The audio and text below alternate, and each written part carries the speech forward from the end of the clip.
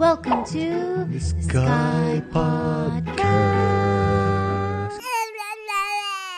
Una, honestly, like there was I struggled because adjusting to parental guilt.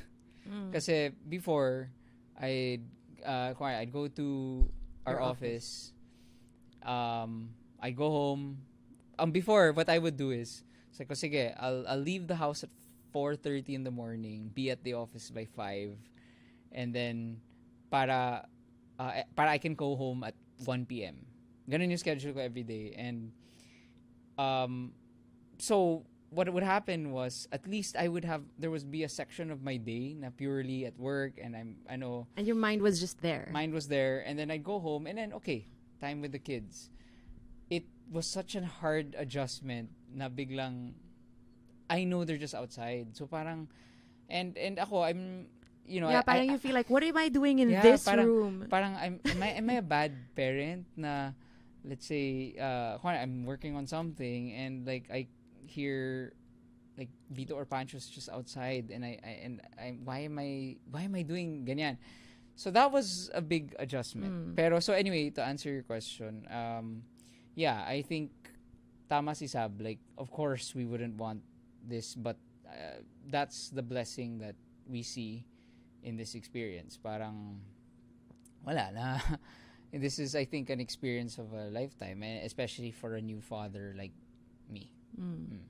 At least yun na yung silver lining natin. Kasi si Chris was actually just saying na ang swerte natin, we get to see every milestone.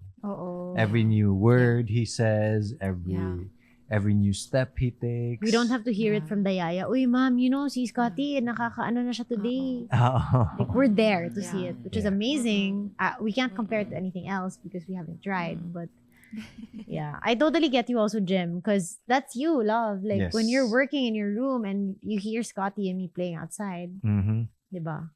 Dati wala akong you feel office. like you have to stop? Yeah. Oo, dati wala akong office. So I would work in the middle of our living room.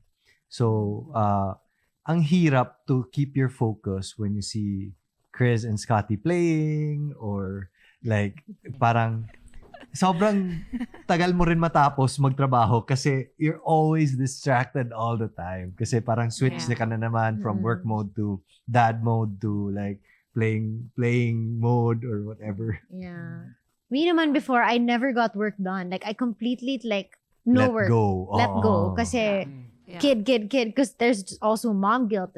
First of all, breastfeeding, and then the mom guilt. But now, because, Hubs told me, you need to let go. So ngayon, little by little, pinadala na namin si Scotty kay Lola para may time na kami to work.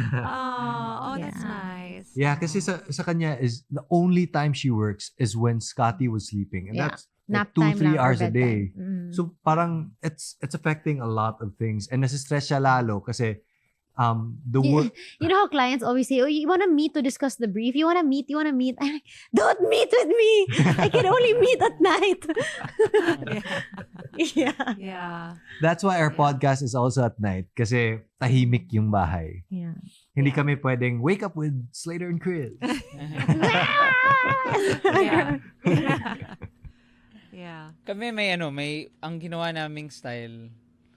Well, fortunately for us, both boys have 2 nap times pa. And we cracked the code and they both nap at the same time. Wow. Amazing. Good job. So, pero meron kaming morning and afternoon block of like hours. Anong pinapainom nyo? Vodka water pala yung nasa bahay nila eh. No, kaya sila sobrang lusog kasi tulog ng tulog. Yeah. So, parang kami, like, yun yung dalawang block section namin. Kaya ako, in fairness naman, kapareho kami. Like, ibang heights of productivity and efficiency yung na-reach namin because we know that, okay, 9:30, pag narinig namin yung Papa. Okay. Done. So, no more. Can't think about that anymore. Parang you had a deadline. I mean, we have like self-imposed deadlines na parang you can only do it for this much. So we get stuff done kasi we're so pressured to like finish stuff. And then for as of yung mga meetings nga, it's like okay, you can only Blocks namin is the 9:30 or 1 p.m. or at night. That's like, very yeah, crazy. That's very me. Actually, Kasi I've parang started same. learning from you now. Kasi dati, I would reply throughout the day. And sobrang, parang it's so time-consuming. Like, you reply to an email and then, like, 30 minutes later, you get another email and then you reply. Parang, Tsaka when you're with Scotty, your mind is still on on your the phone. email, or- yeah. So, parang, ngayon, I'm starting to learn from her na blocks of work din. Yes, That's the way to go. But I hear like almost all parents, they're like that. Like they can only Talaga? work when their kids nap. But I can work better talaga when Scotty's sleeping. Because no like- one bugs you. No one bugs me and parang hindi ako nakokonsensya, hindi ako nagmamadali na parang I have to go. Mm-mm. Yeah. If you guys want to hear the full episode, you can Check us out on Spotify. Spotify. It's free, guys. It's free. See you there. Skypodcast. Skypodcast.